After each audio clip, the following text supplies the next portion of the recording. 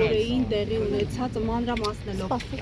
ինչ է կարծում հանրային ու քաղաքաշրջանակներն այս պահին վիճակի են հարվածը վերցնել իրենց վրա, որպեսզի մայրաթորը մնա անսասան։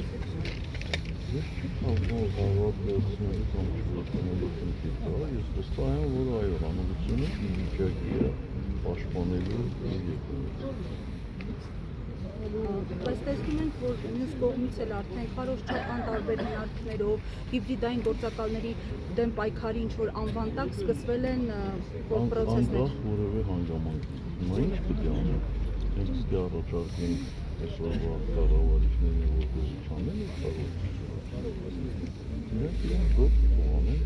որպես իրենք ձեռնտու Անորոգություններն իր գործը Երեք նախորդին ավետեցին իշխանական շրջանակները հերթական լուրը Ադրբեջանից փաստորեն դիզվառելիք է ներկրվելու, ասում են դիվերսիֆիկացիայի տիրույթում սա պիտի դիտարկել եւ հրաշալի է ձեր գնահատականը։ Ես մի քանի անգամ խորհուրդ եմ տալիս, որտեղ հիմա խորհուրդ եմ տալիս առանձնապես պես լուրջ չվերաբերվել իշխանությունների կառավարիչների կողմից արած հայտարարություններին։ 15 տարի Хорошо խորհուրդ խաղալ եւ այլն, այդպիսի 15-20-30 օրինակ կարող են դել։ Հիմա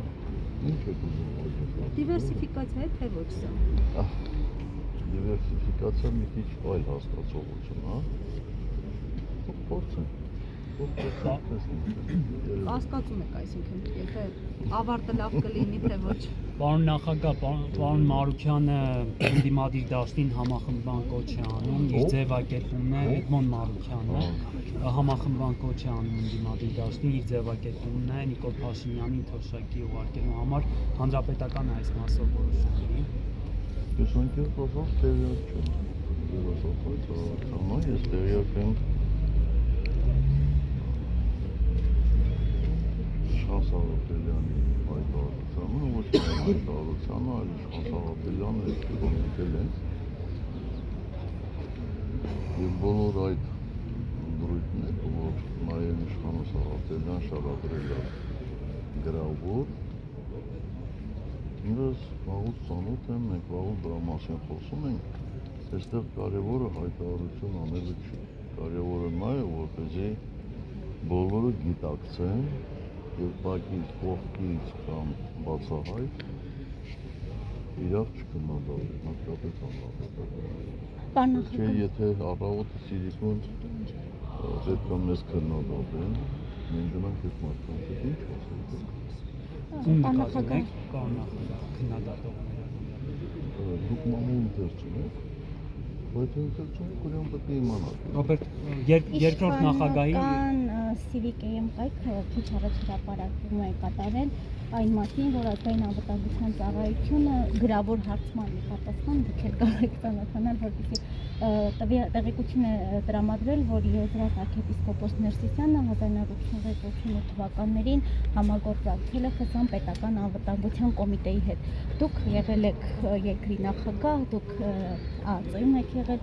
այսպիսի տվյալներ ունեցել եք արդյոք եւ սրանք արդյոք գաղտնազերծման ենթակա տվյալներ են։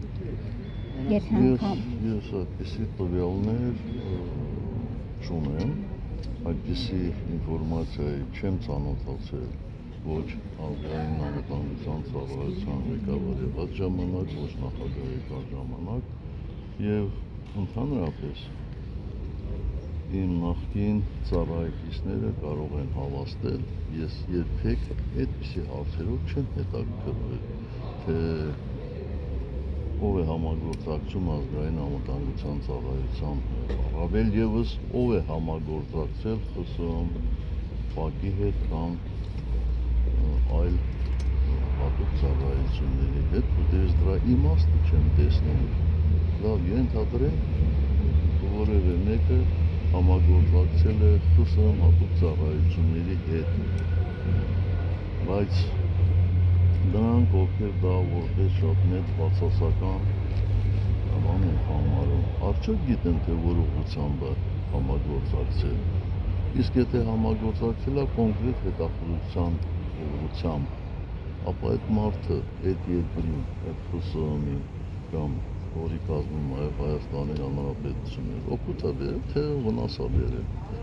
Այնպես որ ես կարծում եմ, այսպիսի տվյալներ հրապարակելուց առաջ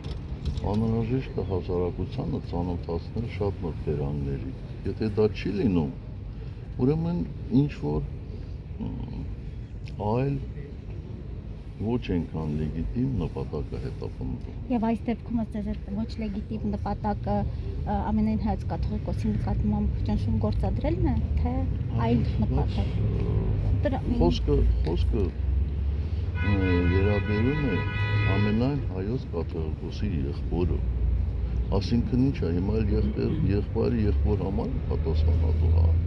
Ախր այս դեպի ուր ենք մենք գլորվում, ես չեմ հասկանում։ Եթե իրոք դա իրականություն է։ Եվ 2018-ի մասին էլի Կայա Կալասը հայտարարել էր աջակցության խնդրանքի վերաբերյալ Հայաստանի իշխանությունների եւ պատրաստվում են փաստորեն արևմուտքից միլիոններ ուղղել, որպեսզի հիբրիդային գործակալների դեմ պայքարի այս իշխանությունը։ Սա ինչ է, նախընտրական բացահայտ ուղիղ աջակցություն եւ հնարավորությունները չի փոքրանում արդյոք ընդդիմադիր շրջանակների, որոնք պայքարելու են ընտրություններին։ Հայտարարել թե չհայտարարել, մենք ակնհայտորեն տեսնում ենք եվրոպական կառույցների բացահայտ աջակցությունը այսօրվա կառավարությանը։ Ես նախորդ անգամ դեռ Մոլդովայի սցենարի կերպարություն հիմա նորից պիտի անդրադառնանք։ Ես չեմ կարծում, որ ինչ-որ մի երկրում տեղի ունեցած իրադարձությունները նույնությամբ կարող են կրկնվել մեկ այլ երկրում։ Ես, որ համեմատաբար միջին Հայաստանի Հանրապետության քաղաքացու ավելի շատ են տիրապետում ինֆորմացիաների, ես չգիտեմ, թե Մոլդովայում ինչ է եղել այդ մանրամասնություններից, որ հիմա ասեմ Մոլդովայի սցենարը ստեղ կրկնվել, դա չի կրկնվել, ընդհանուր առմամբ այդպիսի բան, այո, իհարկե այդպիսի բաներ հնարավոր է։ Պարոն նախագահ, օրերս Էրդողանը հայտարարել է, որ 2026 թվականին Հայաստանի ուղղությամբ ինչ-որ խորհրդանշական քայլեր են լինելու, ըստ ինչ նկատի ունի։ Այսինքն ես այդքան ինֆորմացիայի տիրապետում եմ, որպեսզի կարողանամ կարդալ Թուրքիայի նախագահի Ինչ ուղղությամբ կարող է լինել էլի այդ քայլերն ըստ ձեզ։ Բայց եթե խորհրդանշական բառը կա, ապա ձեզ համար դա կարևոր է, ինձ համար կարևոր չէ։ Դե Հայաստանին է վերաբերում։ 2018-ի մասին խոսելով, ի վերջո որոշ փակագծեր բացել եք իմ մի ոդքասթի շրջանակներում, ասում եք, որ եթե ներողություն, եթե ձեր բառերով չեմ ասում, եթե ավելի զուսպ չլինեիք, ապա կգրեիք Նիկոլը ճիշտ էր, դուք սխալվեցիք։ Ի վերջո ստացվում է դուք չսխալվեցիք եւ այդ ովքեր էին այդ դուքի մեջ մտնում, որոնք սխալվեցին։ Ասել եք, որ որոշ ակտիվիստներ, որոշ շրջանակներ, որոնք կարող էին կանխել, ովքեր էին, որ պիտի կանխեին այս ամենը։ Ես ձեզ հարցում եմ։ Հա? Ես վստահ եմ, որ դուք իմ բոլոր հարցազրույցները ուշադիր ընթերցում եք։ Ես ասել եմ, չէ՞ որ 18-ի մասին ես այլևս չեմ խոսել։ Սա մեկ եւ երկրորդ հարցը ձեզ։ Ու չասեմ դուք, որպեսզի չանձնավորեմ, էլի դուք կարող եք ասել մեկին, ովքեր ընդհանրապես սխալներ չեն ունեցել, մեկի, մյուսին, երրորդին, չորրորդին, հինգերորդին, բոլորը սխալական են, ով որ սխալական չի, թող գա մեզ մեղադրի։